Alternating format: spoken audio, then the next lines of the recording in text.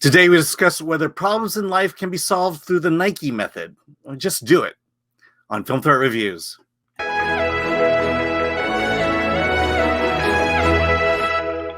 Hi, I'm Alan Ning. I was Zorianna Kit, and today we review 4 Good Days.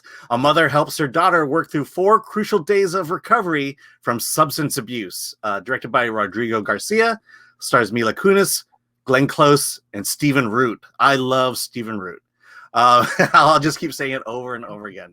One thing I learned from this movie is that there is a drug that if you take it, it will basically nullify the effects of opioids. And that's kind of our story here. A woman, a daughter of a mother who's struggling with opioid addiction. So what did you think of 4 Good Days? Well, I learned that too, and I did not know that. So that was kind of interesting to learn.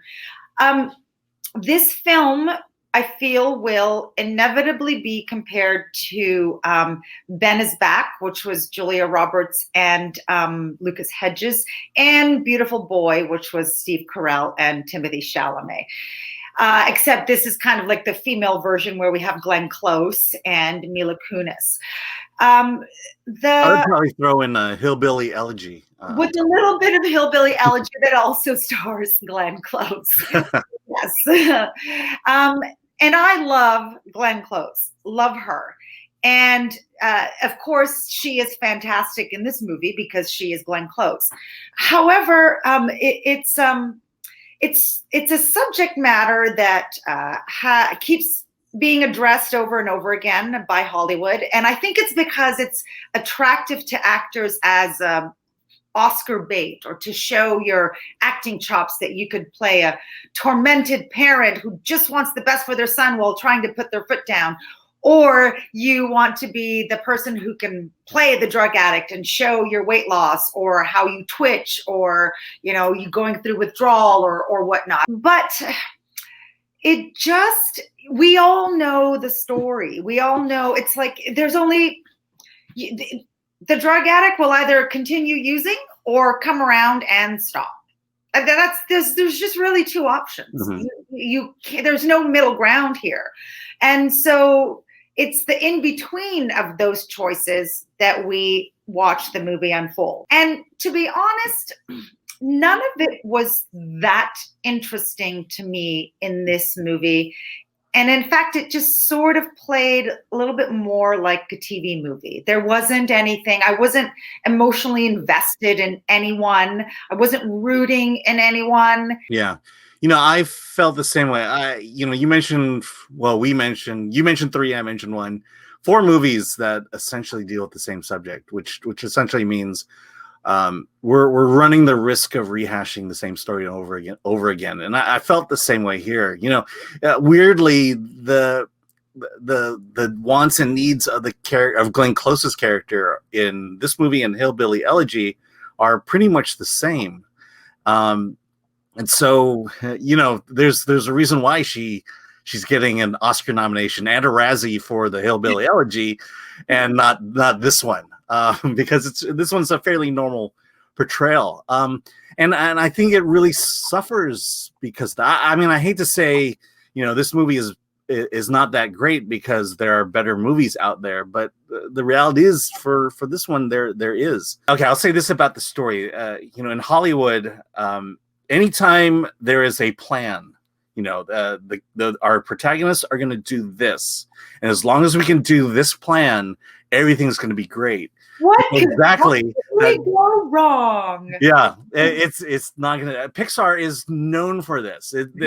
Here's the plan. Here's how Buzz and Woody are going to get out of the daycare center. It never goes to plan, and so knowing this, you know that this plan is not going to work. You know, I was engaged in the story. I did want to see it happen from what happens to Mila Kunis' character, Glenn Close. You know, I think the ending.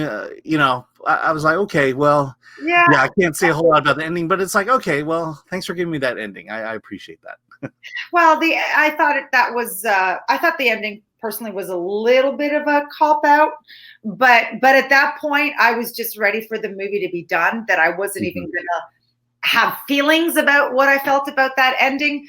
The film had so many familiar characters. The sibling who always felt that they never had the same attention because everyone was focused on the drug addict. There is like the ex-husband that is married.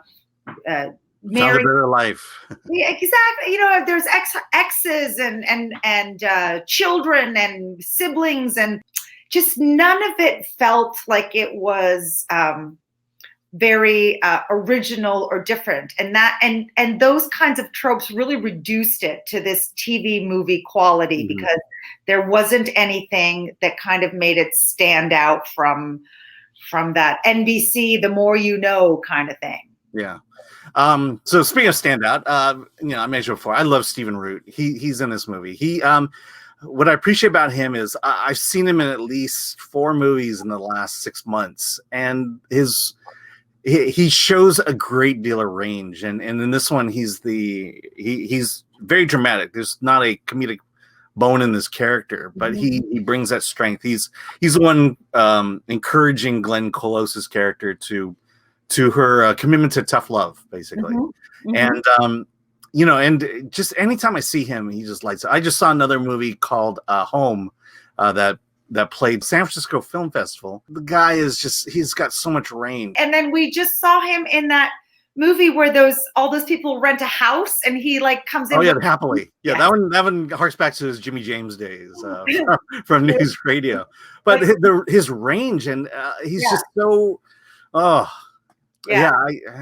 Stephen Root. Love Stephen Root. There was one thing that kind of made me laugh, and it was not supposed to be funny, which is that Mila Kunis runs into a former teacher of hers at a grocery store, and the teacher tells her that she would love it if she could come and speak to her students about drug addiction, because Mila tells her that she's like in recovery again or something like that. And Mila's like, oh no, I can't. I'm a horrible speaker. Like I can't get in front of a crowd. Cut to, she's standing in front of this crowd of kids and delivers like the most Oscar baity speech ever. It's these types of things that really, enough of those tropes and things like that they just kind of slowly chip away at the level of quality of the film. Listen, Glenn Close is great. Mila Kunis is great. It's all good in that regard, but we already have movies like this that are better. So I'm guessing that you feel like it's been done before, story's been told before, and this one's not exactly elevating itself from the pack.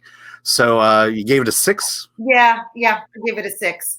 Listen, it clearly, the opioid crisis in America is a problem. I mean, Hollywood keeps making movies that reflect that. Not, other types like Crisis that we reviewed, and some that come from the pharma standpoint, and this is more of a like from the people's perspective.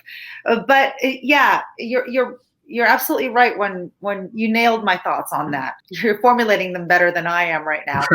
I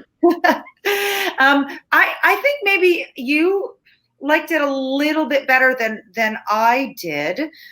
So I think that you gave it a 7. Yeah, I did give it a 7. I don't necessarily want to penalize the movie and say don't see it because other movies exist. That's a little unfair. And so I try as much as I can to just say, okay, let's watch in a vacuum. But it's hard not to, consider that other films do exist. It's a good film. It's a solid film. I don't think there's really many missteps. You mentioned maybe it goes in a few overly dramatic areas, but I was okay with that, and it's Stephen Root, so yeah, I did give it a 7. So I think Stephen Root saves the day for you on this. I know, I don't know. It's he's the consummate character actor, and I love that about the man. Okay, so with that, I go see Stephen Root in 4 Good Days along with Glenn Close and Mila Kunis. It's in theaters. Like, subscribe, comment below on what you thought of the film, and with that, let's get out of here.